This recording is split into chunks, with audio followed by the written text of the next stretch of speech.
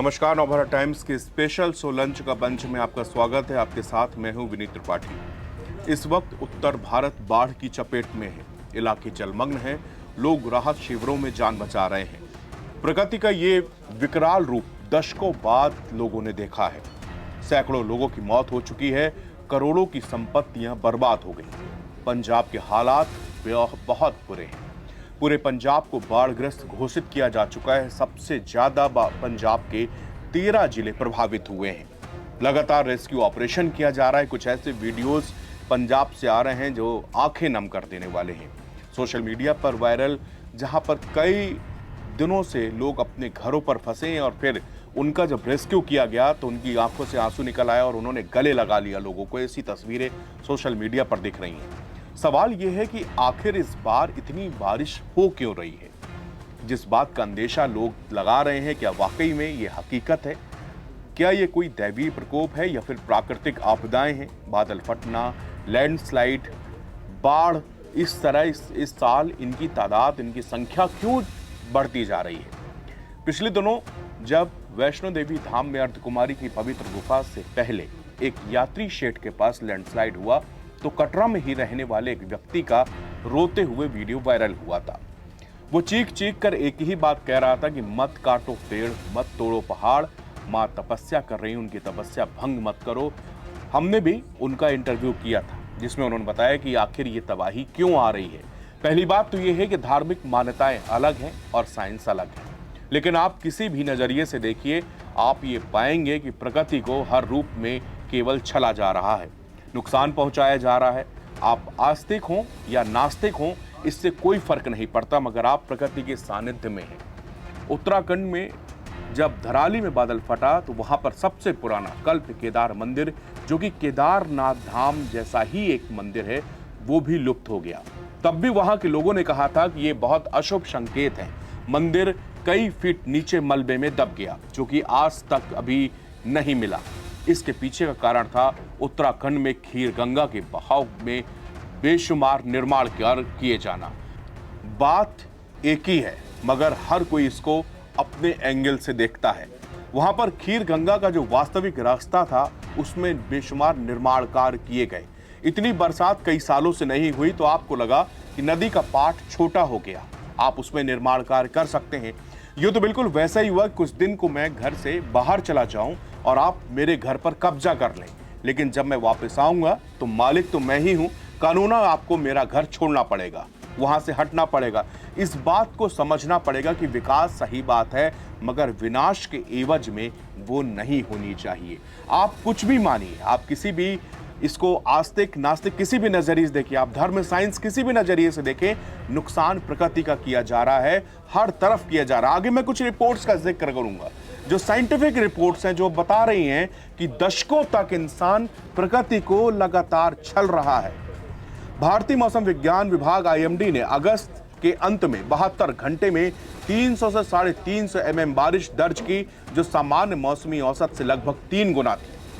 अधिकारियों और मौसम वैज्ञानिकों ने इसे पिछले 4 दशकों में उत्तर भारत की सबसे भयावह बाढ़ बताया है।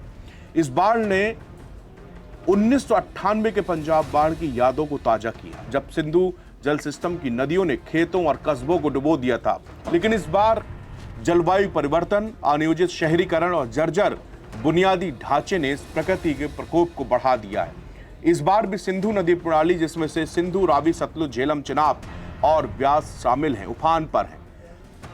बारिश का प्रकोप सबसे पहले हिमाचल प्रदेश में देखा, जहां पर 10,000 हेक्टेयर से ज्यादा बागवानी बर्बाद हो गई। किसानों की आय से कम 2 सीजन पीछे चले गए। 31 अगस्त तक हिमाचल में 220 से अधिक लोगों की मौतें हो चुकी। 12,000 करोड़ रुपए से ज्यादा संपत्ति का नुकसान का अभी तक अनुमान लगाया गया है। ब्यास और सतलज नदियों में कई हिस्सों में तटबंधों को तोड़ दिया। चंडीगढ़ मनाली राजमार्ग के कुछ हिस्सों सहित 250 से ज्यादा सड़कें बह गईं। विशाल नाथपा झाकड़ी जल विद्युत संयंत्र सहित सतलज पर स्थित बिजली परियोजनाओं को बंद करना पड़ा। शिमला और कुल्लू के सेब के बाग सबसे ज्यादा प्रभावित हुए।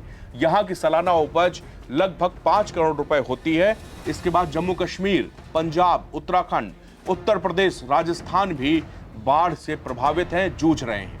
देश के ऊपरी हिस्सों में लगातार बारिश होने की वजह से दिल्ली एनसीआर के साथ साथ हरियाणा में भी भयंकर बाढ़ का खतरा मंडराने लगा है। इस बार के मॉनसून सीजन में औसत से ज्यादा बारिश होने के पीछे एक्सपर्ट मोटे तौर पर 3 वजह बता रहे हैं। Low pressure system, cyclonic circulation और वेस्टर्न डिस्टर्बेंस यानी कि पश्चिमी विक्षोभ। लो प्रेशर यानी कि कम दबाव वाले क्षेत्र वातावरण में नमी और हवा को ऊपर की ओर खींचते हैं। जब यह हवा ऊपर जाकर ठंडी होती है तो बारिश का कारण बनती है। इसी तरह चक्रवाती परिसंचरण यानी कि साइक्लोनिक सर्कुलेशन हवा को सर्कुलर तरीके से खींचते हैं, जिसमें मानसून के दौरान व्यापक वर्षा होती है। बता दें कि साइक्लोनिक सर्कुलेशन एक तरह से चक्रवात जैसी परिस्थितियों का निर्माण करते हैं। इस मानसून सीजन में अगस्त के दूसरे पखवाड़े में अकेले 4 बड़े लो प्रेशर सिस्टम बने हैं। ये कम दबाव वाले क्षेत्र जब जमीन से लगभग 1.5 किलोमीटर की ऊंचाई पर लंबी आकृति में फैलते हैं तो इसे मानसून ट्रफ कहा जाता है। 25 अगस्त को ऐसे ही ट्रफ का फैलाव बंगाल की खाड़ी से उत्तर पश्चिमी राज्यों तक देखा गया, जिसे व्यापक बारिश की पृष्ठभूमि तैयार की। मैदानी इलाकों से ज्यादा पहाड़ी इलाकों में भी तबाही मच रही है। हिमालय क्षेत्र में कुदरत कहर बनकर टूटी है। जम्मू में वैष्णो देवी मार्ग में भारी वर्षा के कारण पहाड़ धंसा और 34 लोगों की मौत हुई। इससे पहले किश्तवाड़ के चोस्टी गांव में 60 लोगों से ज्यादा मौत हुई थी। इस बार मानसून में कई दिनों से लगातार हो रही बारिश के कारण जम्मू कश्मीर के उधमपुर, कटरा, उत्तराखंड, हिमाचल प्रदेश के विभिन्न पहाड़ी इलाके, कुल्लू और मंडी में बादल फटने, भूस्खलन और अचानक बाढ़ आने की घटनाएं हुई हैं। इन राज्यों में पुल ढह गए, वाहन बह गए, उड़ानें और ट्रेनें सब कुछ रद्द करना पड़ा। वैष्णो देवी की तीर्थ यात्रा रोकनी पड़ी। चिनाब और तवी जैसी नदियां खतरे के निशान से ऊपर बह रही हैं, जिन्होंने बस्तियों में खतरा है। कई इलाकों में रेस्क्यू ऑपरेशन चला है, वहां पर बचाव दल कटे हुए गांव तक पहुंचने के लिए संघर्ष कर रहे हैं। विशेषज्ञ चेतावनी दे रहे हैं कि यह तबाही महज प्राकृतिक आपदा नहीं है। जलवायु परिवर्तन, बेतहाशा शहरीकरण और पर्वतीय क्षेत्रों के कमजोर बुनियादी ढांचे के कारण स्थिति गंभीर हो चुकी है। ढलानों पर हिमनद पिघलने से बार बार बाढ़ आ रही है। 21वीं सदी के अंत तक हिमनद झीलों के फटने से आने वाली बाढ़ का 3 गुना हो जाने की आशंका है। अचानक आने वाली बाढ़ सबसे ज्यादा जानलेवा बन गई है। पहाड़ों पर बढ़ रहा निर्माण इस स्थिति को और भी ज्यादा बिगाड़ रहा है। कंक्रीट की इमारतें जंगलों की जगह ले रही हैं। ये पानी को रोक रही हैं और पहाड़ को असुरक्षित बना रही हैं। भागीरथी नदी पर बना 260.5 मीटर ऊंचा टिहरी बांध, जिसका जलाशय 4 घन किलोमीटर का है, बादलों के निर्माण को बढ़ाता है। 2010 के बाद से पश्चिमी हिमालय राज्यों में बादल फटने और अचानक बाढ़ जैसी घटनाएं तेजी से बढ़ी हैं। मौसम वैज्ञानिक मानते हैं कि बढ़ते वैश्विक तापमान की वजह से हवा में नमी अधिक हो रही है, जिसके कारण अचानक और भारी बारिश की संभावना बढ़ जाती है। 2025 के एक अध्ययन में 1970 से 2024 तक की बादल फटने की घटनाओं का विश्लेषण किया गया। इसमें उत्तराखंड को सबसे अधिक प्रभावित राज्य बताया गया है, जबकि हिमाचल और जम्मू कश्मीर में भी लगातार ऐसी घटनाएं दर्ज हुई हैं। मानसून में ऐसी जानलेवा मौसमी आपदाओं से नुकसान तेजी से बढ़ रहा है। Inter governmental panel of climate change पिछले 1 दशक से लगातार यही संकेत दे रहा है कि दुनिया में प्रकृति, पर्यावरण और पारिस्थितिकी के व्यवहार अब मानव नियंत्रण से बाहर हो चुके हैं। ये एक सच्चाई भी है, क्योंकि जिस तरह से जलवायु परिवर्तन हो रहा है, लोग यह भी नहीं समझ पा रहे कि वो किस मौसम में है। ये अप्रत्याशित परिवर्तन सिर्फ इसलिए हो रहा है क्योंकि मनुष्य ने प्राकृतिक परिस्थितियों को बदल दिया है। इसका मुख्य कारण है अपनी आवश्यकताओं और विलासिता के कारण ये नहीं सोचा कि प्रकृति इसे किस रूप में लेगी।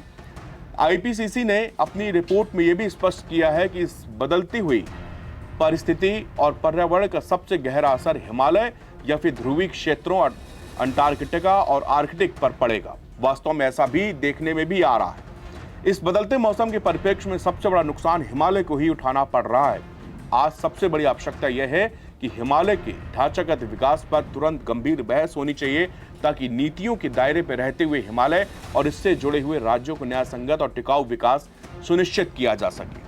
देश भर के तमाम वैज्ञानिक इस बारे में चर्चा कर रहे हैं। आम लोग इससे परेशान हैं। बाढ़ से तबाही का मंजर जो स्क्रीन पर दिख रहा है, ये भयावह है। लोगों की जान जा रही है। लोग भूखे प्यासे खाने और पीने के लिए परेशान हैं। कई दिनों से अपने घरों के अंदर कैद हैं, लेकिन इससे सबके पीछे कारण है वो इंसान ही है, वो क्लाइमेट चेंज। लेकिन क्लाइमेट चेंज किस कारण से हो रहा है?